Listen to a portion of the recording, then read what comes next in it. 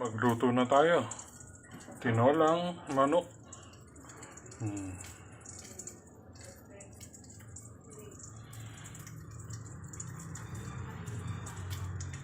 Nagigisa na. Ayan na yung chicken natin. Oh. Mekos-mekos. Ginasa natin. Ilagyan natin ng patis. Para yummy. Ayan, naghabol tayo. Dahon sili. Pumitas din ako. Oh, may malunggay, dahon sili. Ito na yung chicken. Tayo lang natin kumulo.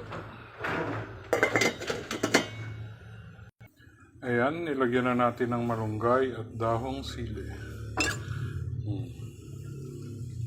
Ito yung sili. Ayan, pakukuluin pa natin para mas masarap. Ayan guys, at luto na ang ating special tinola with malunggay and dahong sili. Diba? Yummy yan, no? Kita nyo naman.